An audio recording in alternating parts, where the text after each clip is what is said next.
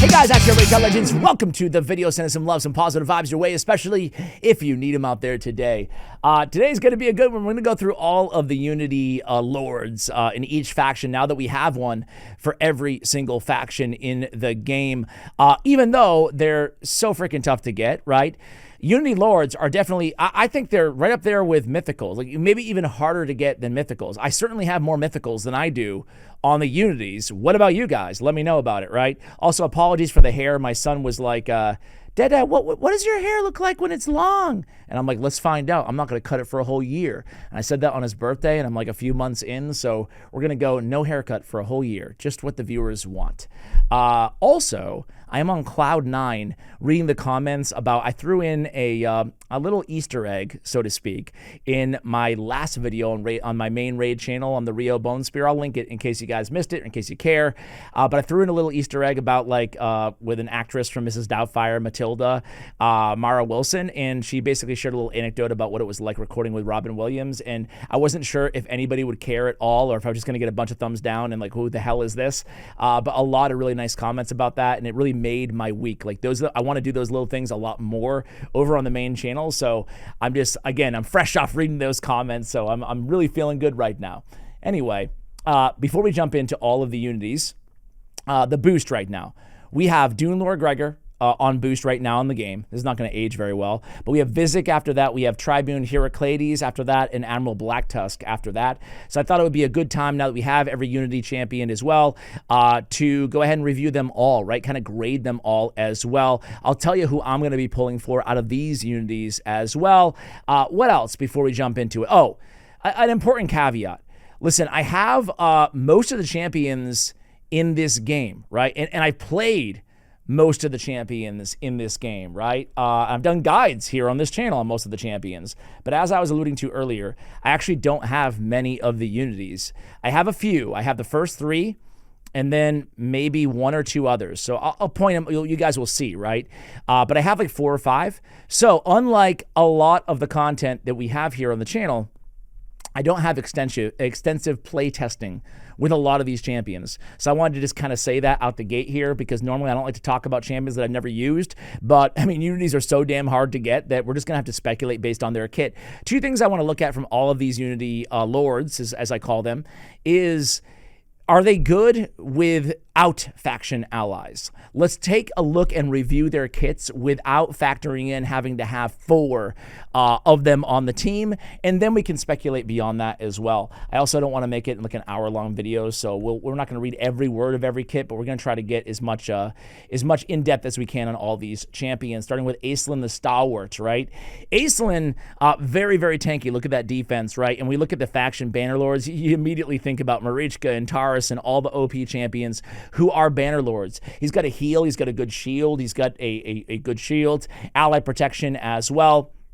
He has a stun on his A1. His passive, allies under shield, receive 10% less damage. It's really nasty. Again, I'm not going to focus on just the best champions in every faction, but with the Taurus, he already has damage mitigation. When I see Acelin, it's with Taurus and Marichka, right, in the arena, areas like that, but he can be a pretty good support anyway. Immune to CC debuffs, only 1 faction ally, like with him on the team. That's really strong.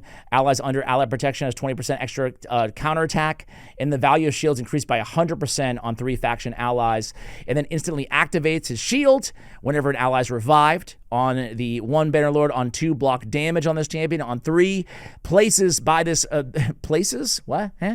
buffs placed by this ability cannot be removed as well. I think that Acelin is a great Unity option, but he is not like OP, especially by himself. So I'm going to give him an A-,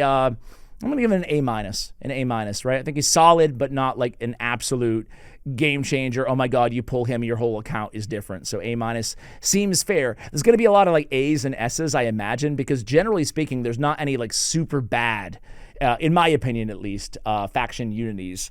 Fina. S tier. She's very fast. She's very good. She does feel kind of mythically I guess, in a way. She's one of the best PvE unities in the game. You see her on some of the best Hydra clan boss teams in the game.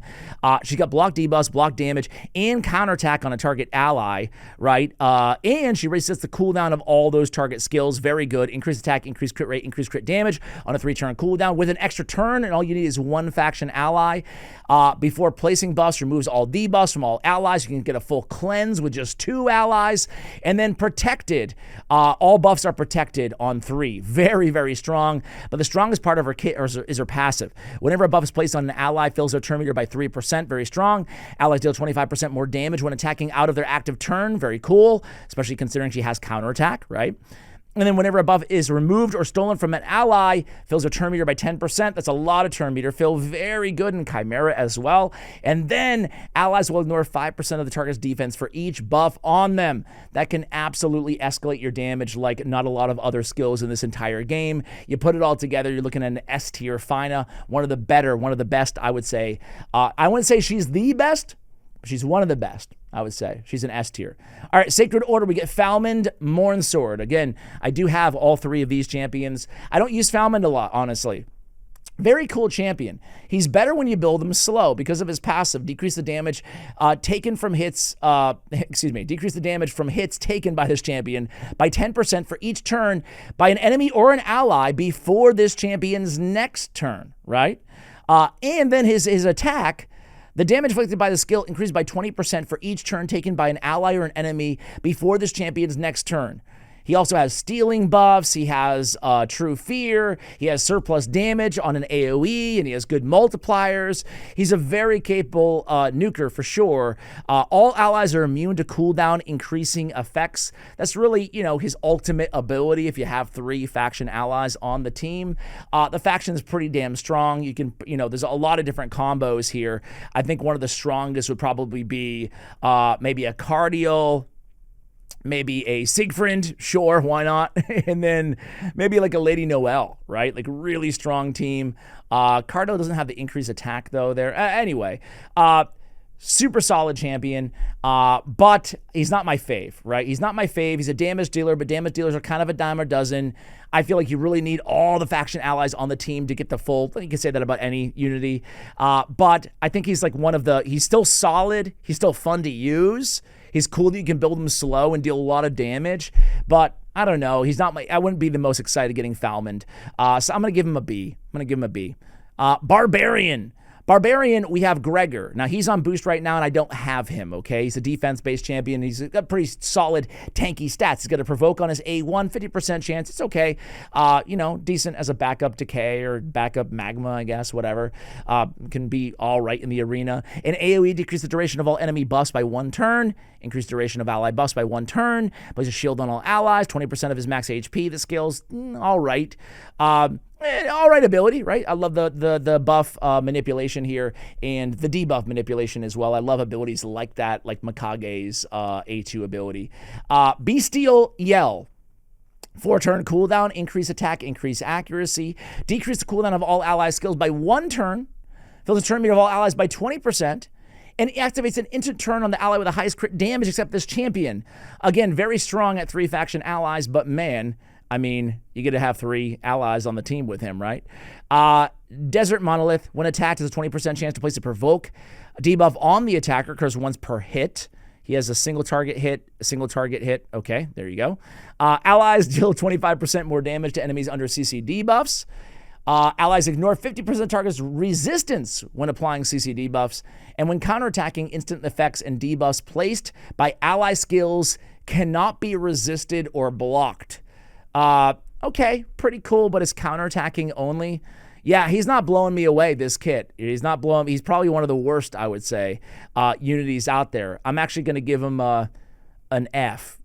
I'm going to give him an F, not because his kit warrants an F, but because, damn it, these unities are so freaking hard to get that if you do get one, you don't want it to be damn Gregor. Even though the Barbarian faction is stacked, It's stacked with or without him. I don't think he's a great complement to a Unity team, honestly. Like, if you have him, you're probably going to run him, I would assume, in Faction Wars 2.0, but that's not saying much. You're probably going to run any Faction Lord in Faction Wars 2.0 because they're Faction Lord. They're Unity Lords, right? They get all those abilities anyway.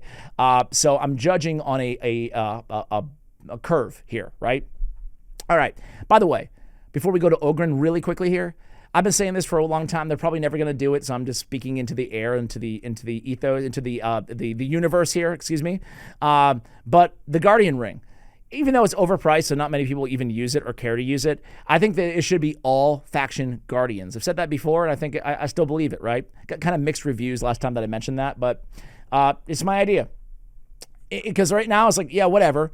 Make them all the faction guardians or unities. All these unities should be all the token traders. That way they're accessible and you can choose to sacrifice 6 freaking legendary champions to get your hands on a faction unity. That is a steep cost, but it might be worth it. It might actually make the token trader worth considering for some accounts, you know? I would love to see, because it's ridiculous how tough these champions are to even get, you know? Even more so than usual. All right, Vizig is going to be next. Vizig is on boost again to Friday, April 18th at the time of this recording, not going to age well. Vizig's very cool. HP-based champion, has an instant activation of poison and burns on the A1 on an AoE. Another AoE placing 2 poisons and a burn on a 3-turn cooldown. An AoE again on the A3, so all AoEs, he fits the Ogryn tribe, kind of like a Biggin-esque here on the AoEs everywhere. Increase accuracy on all allies, increase the duration of all enemy debuffs, decrease duration of all ally debuffs, really nice ability here, even without, can be debuffed down to 3-turn as well. Plays an increased speed on all allies with only 1 faction ally on the team, that's great. And then increase the duration of all enemy buffs by 2 turns and 2 turns instead on 2, and then you get a heal. Heals them by 2% for every enemy debuff that has its duration increased by every ally debuff that has its duration decreased by this skill. So, man, it can end up being like a super solid support, even with 1 getting that increased speed with the increased accuracy, 3-turn cooldown with the poison and the burns and the activation. Really cool. Increases champion's accuracy by 10 for HP burn and poison debuff on the enemy team. Poisons? Burns and poisons, or boins, placed by allies deal 30% more damage. Increased damage dealt by allies by 5% for each HP burn and poison debuff on the target. And burns and poisons cannot be removed, stolen, or transferred at 3 faction allies. So the cool thing about Vizig is, as I mentioned at the top of the video, is we're going to review these champions even outside, having all of the allies, the same faction allies on the same team. I think that even with just 1 Ogryn on the same team as Vizig, he's really good, right? The activation is a 50% chance, so it's not 100%. I don't love that, but still, he's dishing out a lot of poisons, burns, a lot of buff manipulation, debuff manipulation. I like it. I'm going to give him an A+. Sure, why not? All right, Lizardmen, Teox, yeah. Don't have Teox, wish I did. I wish he was on boost. I'd be going for him for sure. He's just really the best DPS that I've seen out of all of the unities in the game, right? Now, the new guy in Sylvan Watchers, Chorister, we'll get to him. He could be up there, maybe, from what I hear. But either way, the ally with the highest crit damage will team up and join the attack. Really strong. These sort of abilities are very, very strong, especially in, Hydra, in Chimera, in areas like that. He has ignore defense, extra turn if you kill an enemy. He has a strong, hard-hitting AoE, extra hit on enemies under debuffs. This is on a 3-turn cooldown. Ignore, ally protection, strengthen, shield buffs. Block revive if they're killed. Really, really strong, right, while they're under a debuff. And then allies deal 20% more damage for each debuff on each enemy. Stacks up to 100%. That's insane, right? That's insane. Again, a lot of the top Hydra teams are using Legate, Teox. Fills the champion's turn meter with 5% whenever an enemy or an ally receives a debuff. Allies are immune to sheep. You do see him a little bit in the arena, not in live arena. It's too hard to pull off a Unity team in live arena. What do you guys think about having a live arena mode where you can't ban unities? Is that ridiculous? I'm not sure if it's a good or bad idea, but it's kind of like because you can't really use unities unless they're, maybe with one exception, because he's that good all by himself. But it's hard to get the full potential out of unities because they'll just get banned, right, in live arena. But in the arena, regular classic arena, you can use Teox as well. Really, really good, right? Very, very solid champion, S tier. More than solid, right? One of the best out there in the game. Next up is Bolint. Bolint Freewalker. Man, this dude, I don't have him either. HP-based champion. And I'm just going to say it out the gate here.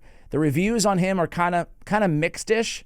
I think this guy's really good. I think he's very slept on. He's one of my faves. He's not on boost, though.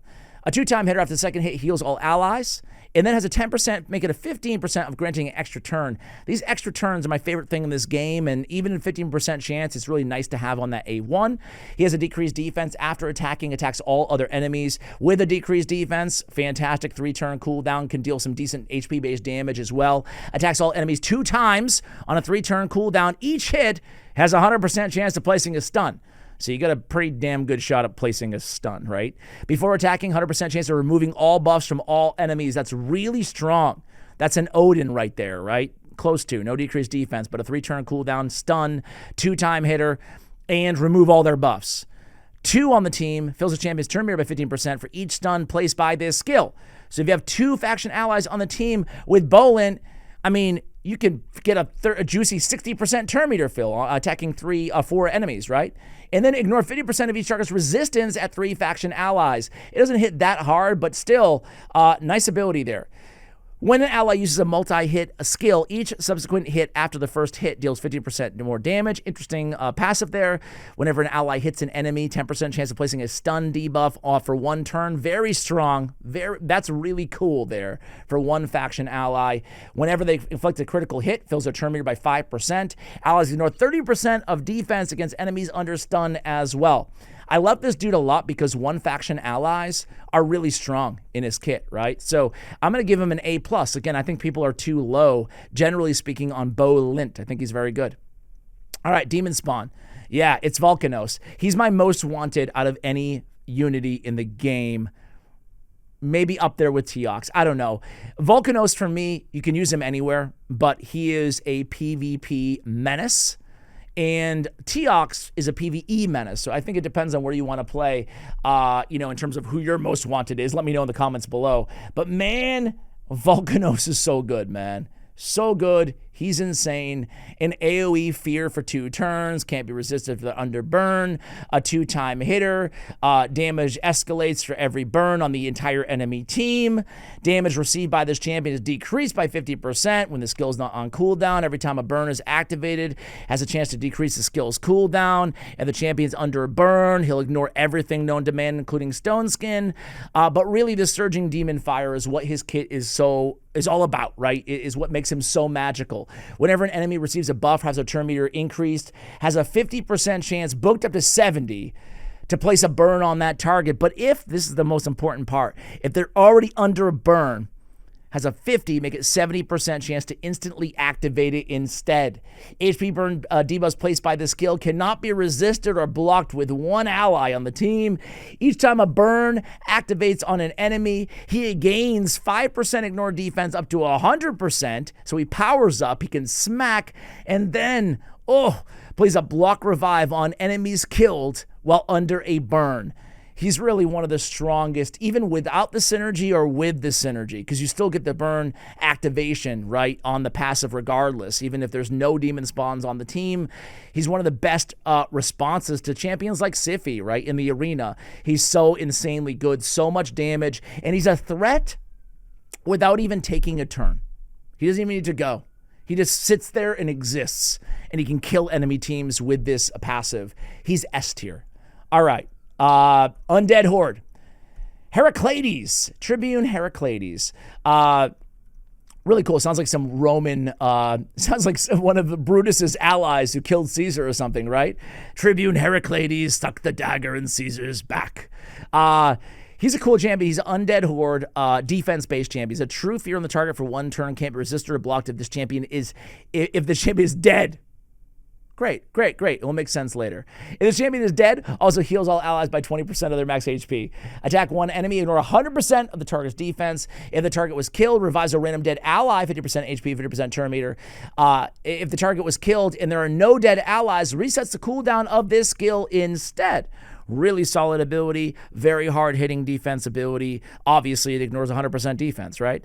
For Veldemar, I like the ability name. 3-turn cooldown, attacks all enemies, destroys max HP 10%. Shield on this champion for 2 turns. The value of the shield is equal to the total amount of all enemies destroyed max HP, excuse me. The shield buff placed by the skill cannot be removed. Instantly activates the skill whenever this champion is revived at 2. Make more sense in a minute. And will ignore a portion of each target's defense equal to the percentage of each target's destroyed max HP at 3.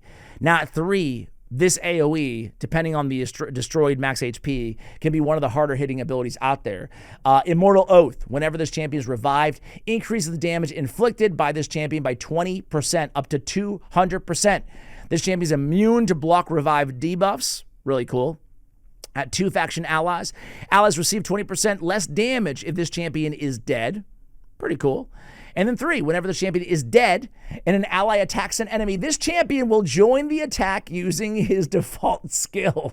Very interesting, right? Now it makes sense why he could be dead. So, he's a very unique champion. I don't think he's the strongest unity in the game, but he's very, very unique in where no champion in all of Raid Shadow Legends provides as much value while they're dead. I mean, he can attack while he's dead. That's pretty damn cool. He can smack too. He's kind of tough. He doesn't make the entire team better like most unities do, but I'll still give him an A, maybe an A+. He's very unique, very cool. All right, Ziliak, Swarm Speaker. I say Ziliak, but it's certainly not how you pronounce his name. Zysilic. Yeah, sure. People really like this dude who have him. What does he do? Chitin Cutter. Attack one enemy, has a 100% chance of stealing a random buff. Cannot be resisted or blocked. Love it. Ravening Multitude attacks one enemy, grants an extra turn of the attack, kills an enemy. If the initial target survives, places a hit on all enemies, right? 3-turn cooldown. He has some really good multipliers. Insectoid Feast, excuse me. I'm going to get demonetized here, man. I'm all over the place. I got to be careful with this. Something about this guy's skills. I don't know. Insectoid Feast. 3-turn cooldown, 2-time hitter. Damage inflicted by this skill increased by 10% each time an enemy receives a debuff, and then damage resets every time the skill is used. Okay. I heard it can smack. I don't have him, of course. Each time an ally is killed by this skill, permanently increases this champion's attack by 30% up to 120. At 1. At 2, if the target was killed by this skill, resets the cooldown of this skill and fills turn meter by 50%, has a 50% chance of attacking an enemy with this skill whenever an enemy attempts to place a buff. Really strong, but you need 3 faction allies to pull it off. I don't know. I don't think that Dark Elves is the strongest faction out there anymore, like it was way back in the day. I do love the Swarm Conductor. It's what makes his kit really solid, in my opinion. Ignore 12% of each target's defense if they have no buffs. Allies receive 50% less damage from enemies who have any buffs. Allies receive 30% less damage from enemies that have no buffs. When this champion or an ally removes or steals a buff from an enemy, this champion's next skill deals 50% more damage. Yikes. That's strong. At the start of each round, place a block buffs debuff on all enemies for 1 turn, and this debuff cannot be resisted. Pretty strong, right? Pretty strong. I love the ignore defense. It is conditional. They need no buffs, right? But for PvE content, I heard he can really smack. He doesn't absolutely blow me away, but I don't have him, and I haven't seen exactly. I've never seen him in the arena. Only 17 reviews, so it's kind of anecdotal as all the ratings are in the game, right? He's a tough guy to judge. I remember seeing his multipliers are godlike, all of them though, on hellhades.com. So I'm gonna give him an A. You let me know if you have him, what your experience has been. Kaleth, Losan Kaleth. This guy is so cool. I love Knights Revenant, my favorite faction in the game. You're probably sick of me saying it, but I love Knights Revenant. I love everything about it. I love the occult vibe here. And I love this guy's aesthetic, man. He just he fits it beautifully, right? Like a really cool looking champion. And his kit is so unique. He's defense based, almost 1600 base defense. He has a big weaken, 100% chance of landing it for 2 turns, and it can't be resisted if the target has attacked this champion before this turn on his A1. Pretty solid. He has an HP of all levels, allies be brought to the ally with the highest HP, one of those heals, kind of Sinesha-like heal. And then the turn meter. The turn meter level of all allies will be brought up to the ally with the highest turn meter. Now, this is a 5-turn cooldown, right? It does the same thing to the enemies, by the way, on the second paragraph. And then a taunt on this champion as well. It's a really strong skill. It's a little weird. I don't have him, right? But it's a little weird to me because his base speed is so slow. So, you're going to be using this after your go first champion already has gone. So it's weird, right? If he was the go first champion and he was bringing everybody up to his turn meter, that'd be just broken, I guess, now that I say it out loud, right? So, I don't know. It's still cool. He's the only champion in the game with anything like this, right? I don't have him, so I've never used it, but it's a really cool ability that, again, turn meter brought up to the ally with the highest turn meter. Either way, it's pretty strong. Even if, whoever goes next after him, maybe they have a 90% turn meter or 85% turn meter, right? Whoever's going to go next or whoever has the highest turn meter on the team. I mean, let's just say that your speed booster went right before him. They're going to get boosted all the way up to that as well, 85%. So I guess even if he's not a go first champion, now that I kind of say it all out loud, it's pretty cool. And I love that he does that to the enemies as well, the inverse to the enemies. It's a really cool ability. Finality Disc. This is a 3-turn cooldown. Attacks one enemy before attacking, transfers all debuffs from this champion to the target, heals this champion by 10% of their max HP, an additional 10% for each debuff transferred. Okay. We'll always use this skill instead when counterattacking. Interesting. Okay. It's a defense-based, obviously, nuke, just like all of his abilities. Before attacking, removes all buffs from the target enemy. Can't be resisted if the target has attacked this champion before this turn. 2 faction allies will attack all remaining enemies with less than 30% HP.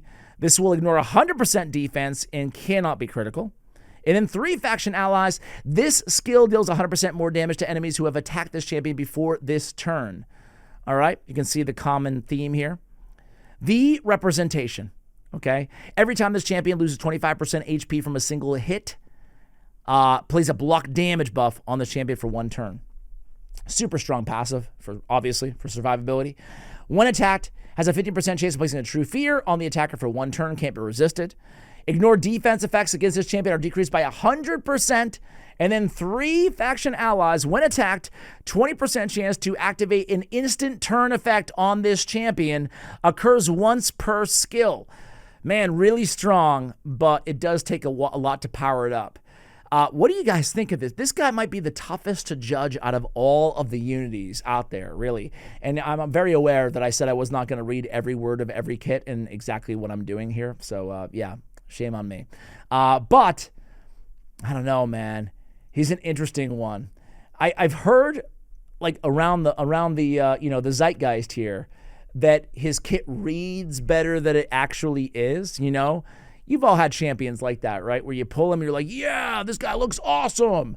And then you're like, okay, I don't end up using him that much. So I can't speak to that because I don't have him. But man, his kit is intriguing at least. It gets an A+ for originality, creativity, right? But I'd probably say an A. Dwarves, Black Tusk. Now this dude seems amazing. I don't have him. He is a support champion. He's pretty tanky. He's got a stun on his A1, right? When he's attacking out of order, he has 2 sources of damage, defense, HP.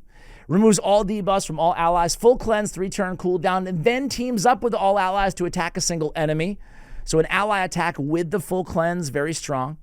And then removes all buffs from a target enemy and places a stun on them for 2 turns. This is on a 3-turn cooldown when booked. Fills his champion turn meter by 50%.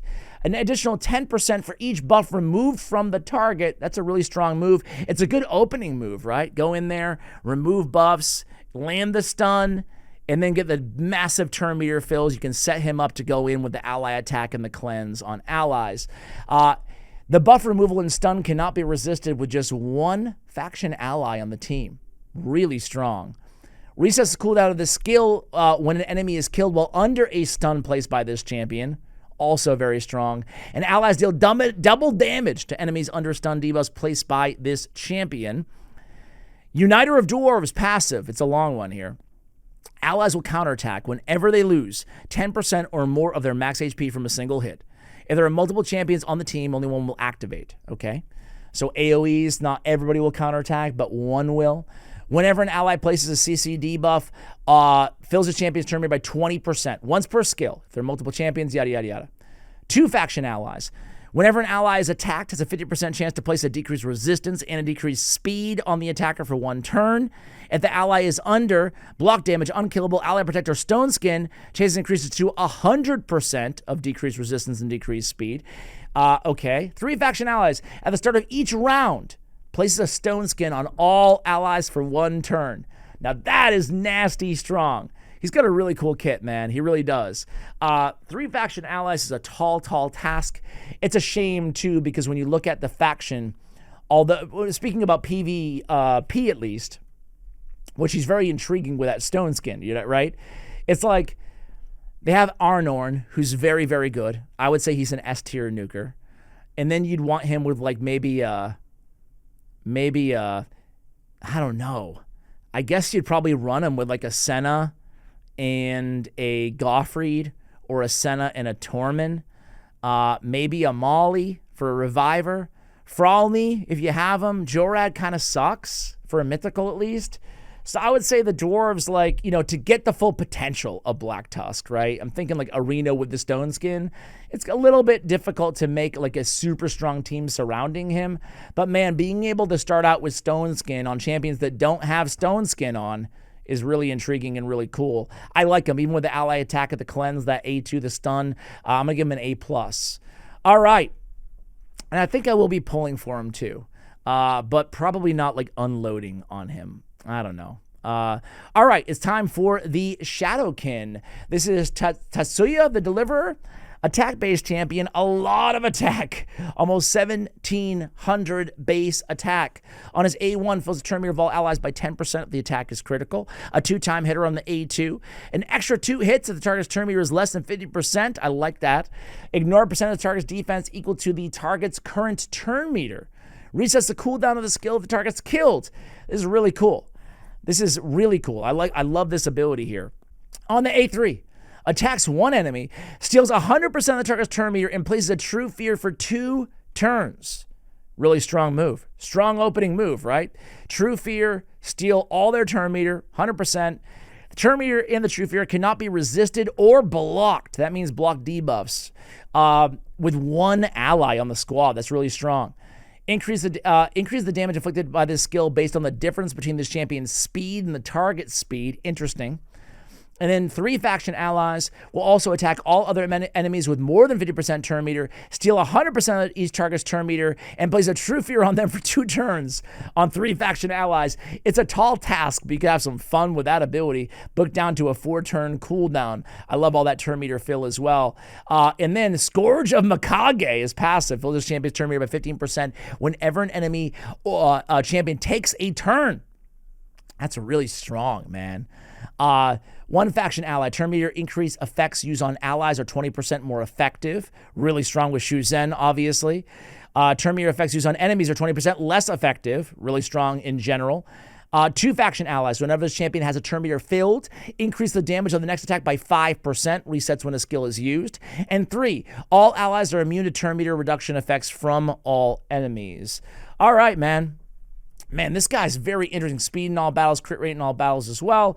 For Shadowkin, man, he's a very cool champ. Very cool. I like him. I'm going to give him an A. I think that sounds good.